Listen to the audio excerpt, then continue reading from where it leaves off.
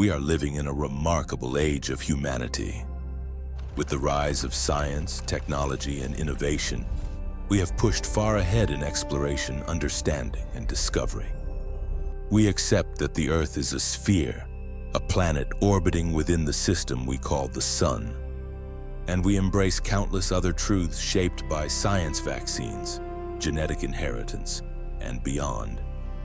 So if someone today insisted the Earth was flat, we would laugh and shake our heads.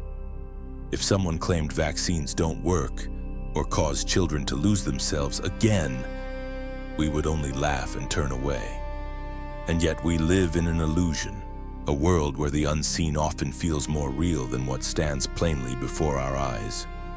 Every Sunday, countless people gather to hear sermons about someone no one has ever seen and cannot be proven to exist. When we look up at the sky, we recall the stories of our ancestors' tales of noble figures wielding strange powers.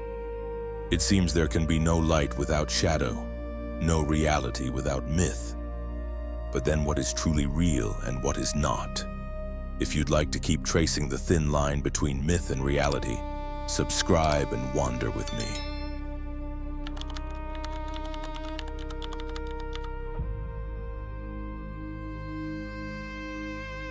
Humanity has long crowned itself the most intelligent species on Earth. Dolphins, pigs, and primates might disagree, but they have no monuments to prove it. And so we continue to claim the title Homo sapiens, the wise ones. But in what sense are we truly wise? In strength and survival, tigers and lions excel. With claws, wings, scales, or gills, other creatures outmatch us. Even gorillas, our close cousins, outpower us with sheer muscle. And yet, we became masters of this planet, apex predators at the top of the food chain. Why? Because of intelligence, the tool that made our fragile bodies supreme. At some forgotten moment in history, a human must have wondered, could I do this? Together with another.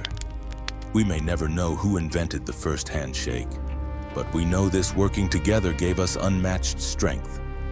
No beast could withstand 10 primates charging as one. Our ancestors trusted that if one ran left and another ran right, together they could bring down even a giant. And indeed they could. From scattered hunters and gatherers, we became a united force and eventually littered the heavens with our satellites and waste. But how did our ancestors find faith in the unseen? Why did they believe in the outcome before the act itself? They had not yet slain the beast, yet they prepared to fight. They had no guarantee of meat, yet they risked their lives in the forest. Perhaps hunger drove them forward, but something deeper kept them going. Humans are storytellers. We share what we see. We explain our mysteries to teach and to remember. Knowing we could not live forever, we passed on our lessons, our experiences, our fears, our victories to the next generation.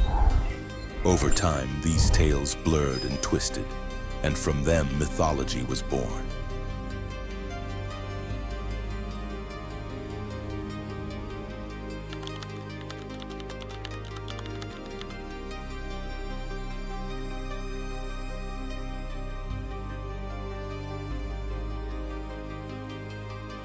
Why does that burning light shine above? That is Ra, the sun god. He sails across the sky in his boat, watching over the world below. When his journey ends beyond the mountains, night falls upon the Nile. Parents told this story so children would know when the god rests. You must seek shelter before darkness comes. Why does that gentle light glow in the sky that is Tsukuyomi, brother of Amaterasu? Born from their father's sorrow, they were meant to walk together. But Tsukuyomi offended his sister, and so they parted forever. And so the sun and the moon never share the sky again. Why must you not go too far into the sea? Because in the deep waters, a serpent coils around the world. Why must you not wander deep into the forest? Because spirits and giants dwell there. And why can your father still enter the woods? Because he wears the necklace of the thunder god, and he will be protected. In this way, stories were told again and again to teach wisdom, to warn of dangers, and to guide the young until they could understand. We humans, the storytellers, explain the world in this way, through tales of unseen gods, woven from the mysteries of nature. There would be no Ra without the sun, no Thor without the thunder, no Tsukuyomi without the moon. But sometimes we went further. We not only created gods to explain the world, we also used them to explain ourselves. Ares and Tyr gods once said to embody conflict, but conflict itself was never created by nature. In nature, struggle is instinct. Creatures fight not to conquer, but simply to survive. For humans, it became different. Our thoughts and imagination led us farther. We marched into the lands of others, believing in ideas we ourselves had imagined. Sometimes out of need, sometimes out of desire, sometimes in the name of what we called justice. And when victories were claimed, we raised flags and invoked the names of gods for approval. Not only gods, we also created unseen forces to excuse our own mistakes. Legends of dark spirits emerged, so people could shift blame to the invisible. When storms ruined crops, some said spirits were angry. When misfortune struck, people blamed curses instead of chance. Humanity's most powerful weapon has always been imagination. It lifts us higher on the ladder of survival. But it also shields our flaws, allowing us to believe stories that are not real. Stories can mislead, deceive, and even guide the blind into following illusions. A tale told well enough becomes its own kind of myth, and often those myths last the longest. We live in an age of reason. We know the sky holds no gods, only the sun.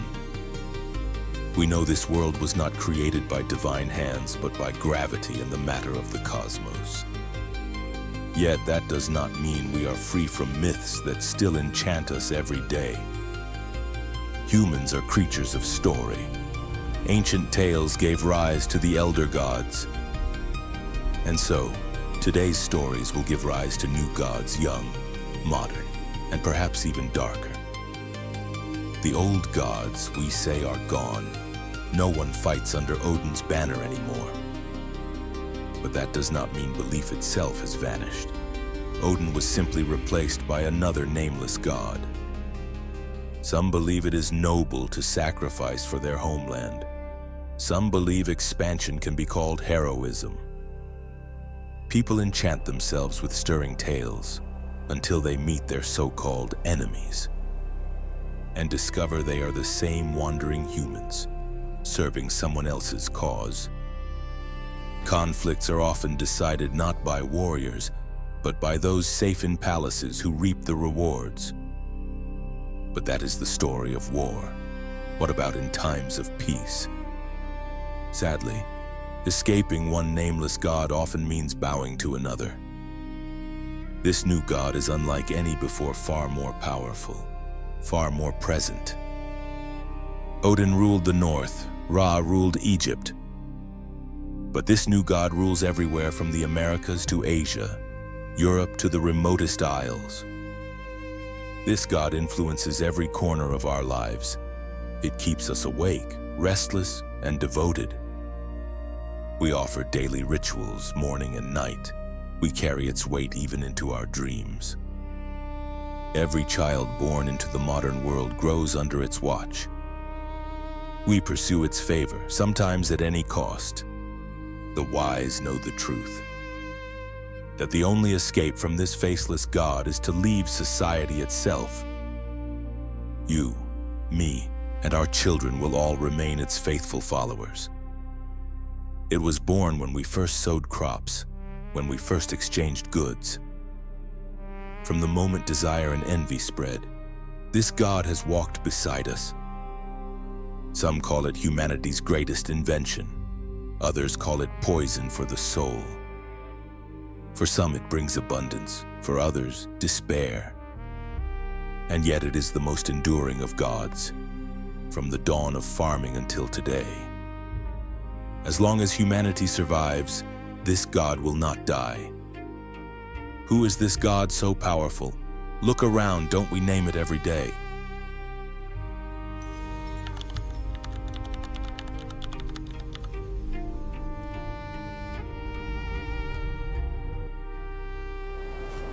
For a long stretch of human history, we wandered from place to place, gathering what we could to eat, to live, and to endure.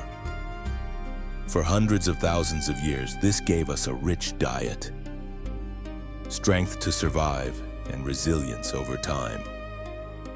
In those days, our only fears came from nature itself, the claws of beasts, or the traps of the earth. Then we discovered how to press seeds into soil after we had eaten them. Crops appeared, farming spread, and with it came the sudden birth of organized society. Grains like rice gave us security. No longer did we fight wild beasts for food. Life grew longer, families grew larger, and abundance gave us peace of mind. With security, humanity found time for new things, taming animals, raising livestock. Those with talent in one craft devoted themselves to it. Specialization was born, and society took root. But at that same moment, humanity stepped into the trap of money. With property and specialization came surplus. People produced more than they needed. A herder raised cattle for years ahead. A farmer stored grain for many seasons. Vegetable growers did the same, all in the name of family safety. But what happened when they needed something else? Should the herder grow rice? Should the rice farmer herd cattle? Specialization created inequality, and from inequality came exchange. Those who needed cattle traded what they had. Those who needed vegetables did the same. Sometimes the trades matched perfectly, grain for meat, meat for vegetables. But what if the vegetable grower wanted rice, while the rice farmer wanted cattle? Direct barter created problem. It was never stable. Everyone knew this. What they needed was a third unit, a symbol to represent all goods. With it, they could trade freely without worrying about perfect matches. And that third unit one was money. Money is intangible. It has no power of its own. It works only because we believe in it. And isn't that how gods endure, through faith? At first, people measured all things in grain. A cow might equal 4 bundles of rice. Vegetables could be valued the same way. If you lacked grain, you first traded to get it. But when the weaver found no one who wanted cloth, he starved, and he was not alone. Fruit gatherers, poultry keepers all suffered when their trades failed. And the rice farmers, with grain in demand by all, became the richest. It was clear barter would collapse into chaos. Something else was needed. A medium no one could create at will. Something rare, hard to manipulate. So societies turned to shells, to gold and silver, and eventually to paper. On the island of Yap, people chose something stranger still. Giant stone discs called rye, the larger and older, the more valuable.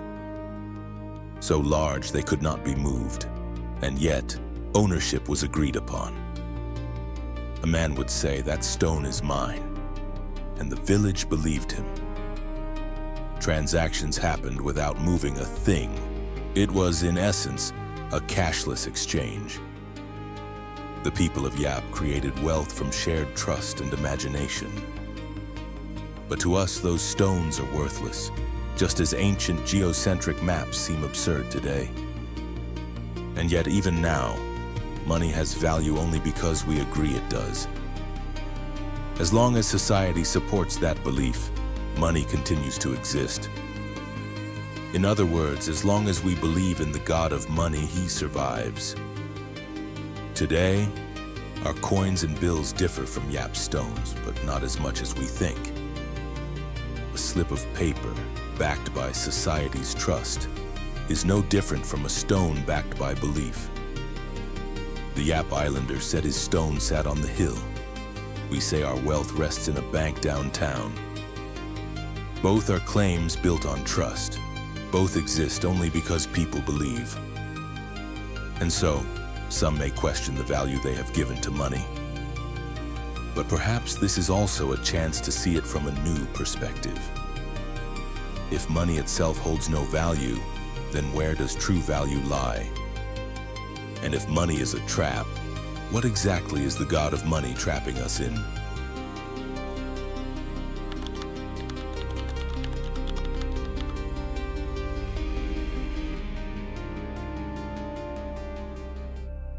Since domesticating crops, humanity left the hunter-gatherer life behind. We no longer watched sunsets after the hunt, but wiped sweat from our brows after turning the soil. The cattle were penned, and sturdy fences brought relief. But what would stop the wolves? If they leapt the rail to harm the herd we had raised with care. And wealth, if we had any, where would we keep it? Surely somewhere safe, far from greedy hands. A thatched hut could hardly withstand those who would steal. So to protect our goods and our savings, we labored even more. First, we planted rice to have food. Then we needed more hands to guard it. More children solved the labor problem, but more mouths meant more grain. And the loop kept turning from food to protection, then back again. The more we owned, the more protection we needed. Guards appeared, new fences too. Locksmiths and builders earned more. New trades arose to serve the safety needs of the wealthy. Specialization deepened and inequality sharpened as economies grew. Those without skills fell behind and slipped into poverty. They had to learn trades from the skilled. Literacy and schooling gained attention. Somewhere along the way, unnoticed people became tools of money. When money commanded, we obeyed, serving the god of wealth for safety. For our own security, we offered our service to that god. The only true escape seemed to be stepping outside the crowd. Some chose to kneel before the money god, appealing for prosperity to lift them out. A small minority with enough wealth and power to tilt the game itself, widening the gap between rich and poor. Anyone who has played Monopoly knows, once you own a row of houses and hotels, the rest just want peace, even if it means landing in jail to sit out the storm. Others chose the opposite. Society is bound to the economy, so to leave the economy is to leave society. But that is hardly a realistic choice for most of us. So what can we do? Keep playing and let the favored trample us, or abandon everything and vanish into the mountains. Perhaps the second choice is too extreme. If we stay in the game, how do we play?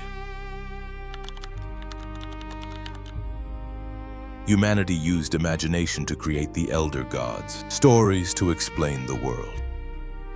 As we advanced, we coined new ideas and forged new gods to explain those ideas. One of them was the god of money, of possession and property. Since his creation, we've been stuck in his game, constantly offering up our efforts in hopes of winning. But not everyone wins. In truth, most do not. So what should we do? Learn from the elders. When society first formed and economies were young, ownership and property were new ideas. Families kept a plot of land or a herd of animals. But what if the next generation didn't share the same skills? A farmer dies, leaving land to a son who weaves. Will it work? Meanwhile, another farmer in the same village needs fields. How should they trade? The simplest path is a sale. Money for land, both sides benefit. But selling means losing use, if you ever need it back. So renting emerged. Instead of buying outright, a farmer could pay a smaller sum to use the land without owning it while the weaver still earned. Rent was just one form of moving value to an owner. In that example, land held value, not money itself. As long as the weaver kept the land, he kept value. Others say a herdsman couldn't rent out beef, but could tell a neighbor his cattle were strong and would sell well, asking to borrow money for fodder and promising repayment after the sale, because sales might fail. Lenders asked for a little extra on repayment to cover risk. If the sale worked, both gained. If not, the lender's loss was limited. Thus, investment took shape. Those forms of value exchange became the roots of investing. Today, they exist at massive scale: stock markets, digital assets. People don't just buy goods, they buy tiny pieces of companies. If the company thrives, their slice grows. Sell that slice later and it returns more than it cost. These are the ways money moves, the pathways the money god revealed. He can bring long-term prosperity, yet his maze is harsh. He isn't purely cruel, but his game is unyielding, and countless players lose their footing. So how can we join the game without being harmed? There is no way to invest without risk, that's the truth. Every investment carries danger, but we can reduce it. With knowledge and patience, we become wiser investors. This is commentary, not financial advice. If money is our daily offering to this god, then we need a scripture principles to practice correctly. The basics are simple: separate investing from speculation. Learn from real-world experience and study how money truly works. Because money is sensitive, people can be isolated, easy targets for those who exploit the game. There's a clear difference between investing and speculating, often blurred in talk about money. A familiar tale. Someone earns a monthly wage hoping it arrives on time, covering life's costs without losing stability. Then temptation arrives, voices promising easy rewards, claiming the game can be beaten, that shortcuts exist. Break the rules a little, they say, and you'll leap ahead. That is speculation, the lure of the shortcut, instead of the steady path that benefits society. The money god's rules are strict, often painful. Play by the rules, stay the course. Spend years doing things right. The reward may seem small, sometimes a decade in the making, but that is investing the sound game that helps more than oneself. Enterprises with investment can grow and go farther, bringing broader benefits, and the diligent investor shares in that progress as part of society. These are the enduring lessons. Tell apart speculation and investment. Learn patiently, act with discipline. Understand how the money god works and become wiser and steadier. In short, investing is patient work, not a promise and not a prophecy. It calls for clear thinking and a calm view amid the noise. So we navigate this complex system with care rather than impulse, to be both prudent and kind towards self and society. Viewed this way, money is still sensitive but less mysterious and less likely to isolate us. Knowledge becomes protection. No promises, no shortcuts, only choices, patience, and practice.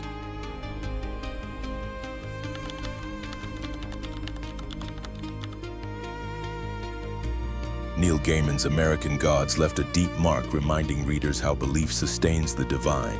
The old gods fade when forgotten. Figures like Odin lost their strength because no one believes anymore. Without faith, they wither almost to death. Meanwhile, humanity chases new gods, younger, sharper, more powerful. From the god of data to the god of mass media, they preach directly through the glowing screens in our hands. The money god is much the same. Not new like the internet, yet not as ancient as we imagine. Ubiquitous, nameless, worshipped everywhere. He feeds on human trust, turning belief into invisible value. But he is no gentle deity. His game is ruthless and unforgiving. Those who play well continue believing. Those who fail struggle endlessly. Perhaps the old gods were right to sweep away the new ones, to drag us back to the Stone Age where life was simpler. But such a return is impossible. We still cling to money. To erase the money god would mean erasing civilization itself. And so humanity keeps inventing beliefs, new gods for new generations. Centuries from now, people may tell myths about gods of platforms and networks. But here and now, we must learn to live with the gods already ruling.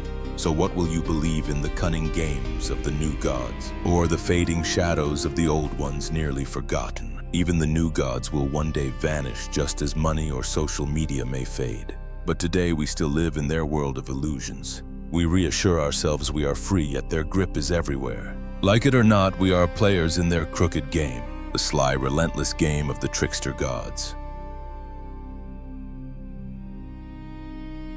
And that was the story of the gods, the birth of mythology, and the rise of the new ones in our world today. Do you believe in these modern gods of money, or do you think money is simply real on its own, and all we do is beyond the reach of any cunning spirit behind it? Either way, the question remains, are we shaping money, or is money shaping us? The myths may evolve, the gods may change their names, but belief always finds a way to return. Perhaps centuries from now, people will tell stories of the new gods we invented in this digital age. And maybe, just maybe, they'll wonder the same thing we ask today: what do we truly worship? Thanks for listening. Until next time, peace.